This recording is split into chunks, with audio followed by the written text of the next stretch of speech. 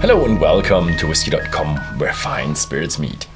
My name is Ben and Luening. I'm the master taster of Whisky.com, and this is Horst. He's the senior taster of Whisky.com. And today we're looking at the awards, Whisky.com awards of February 2024. And has been a bit of a slow month. We only did 2 videos per week, so there's a bit of a small choice, but we had some really good whiskeys in there. Mm-hmm. Yeah, and we had even so many whiskeys that we have one more than we have places on our podest.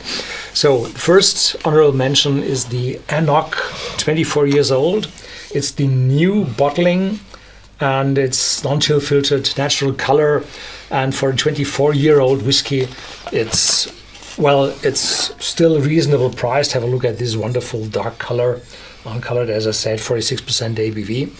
And it's priced at Whisky.com for 168 euros, depending some taxes in the Netherlands might be different. So AnCnoc, 24 years old, nearly made it because it's so wonderful, old, mature, sherry aroma, but it didn't made it completely. In the range. And I have a newcomer. I've already unpacked it. The Meikle Tòir, the sherry one. This is from the Billy Walker from the Glenallachie distillery. So this is not a non-distillery product because it comes from Glenallachie, but it's a brand. The distillery, Glenallachie, and here we have the Meikle Tòir as the brand, like with Bruichladdich, which has Bruichladdich whiskey, and then the Port Charlotte. And this is the smoky one. There is the original and the sherry one. And I like the sherry one a bit better because of the flavors, but the other one is also very nice. They have a nice combination between sweetness and smokiness. So there is the main difference between the Glenallachie and this Meikle Tòir, unknown name, is that this one is a peated one, is smoky, and the others from Glenallachie not. Yeah, it's 35 ppm, so it's good smoky, but not too smoky. Yeah, and yes, as to be expected from Billy Walker, nice product, and I like it that he writes the 5 years on it, because a lot of people just bring out 5. You can't write 5 on it. Just make it a non-age statement. Then people will just think it's a 10-year-old. No, just write 5 on it. It's a good 5-year-old. Yeah, it's a young whiskey, but it's a good one. And if you're having a young whiskey, a peated young whiskey, then the youthness of a whiskey, which might show up with a light metallic note in the whiskey, is always overwhelmed by the peatiness. So young whiskey might be peaty, and it won't harm that it's young. It's even better to have a young one, because the older a peated whiskey gets, the more oxidization takes place and the smokiness reduces due to more complex phenolic notes. So this is a young, fresh. Yeah. So next one that was yours. Here it is. The Bunnahabhain. It's the Bunnahabhain, 12 years. So if you have that in a month, it had to reach a place here in the nominations. Yeah, I think Bunnahabhain, we had a lot of classic. A lot of whiskies here on our podiums. Yeah, it's such a wonderful whiskey. This is a non-peated one. Bunnahabhain, since they changed proprietors just around 2000, I think, or 1999, and then they increased the ABV to 46.3, omitted coloring, omitted chill filtration, and then they had a very premium whiskey, which they didn't have before.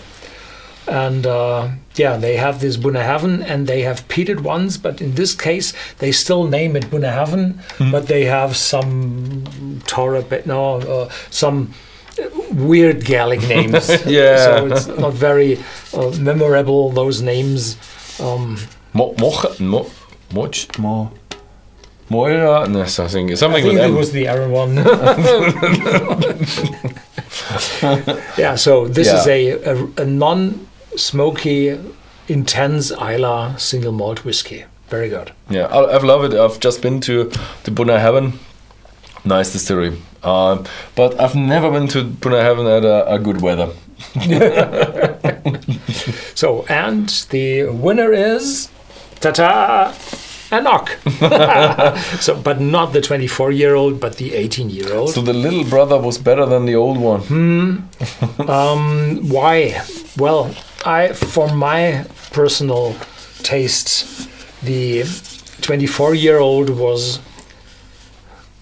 very smooth, very elegant, very old, and lacked a little bit of, well, freshness, intensity, edges, character.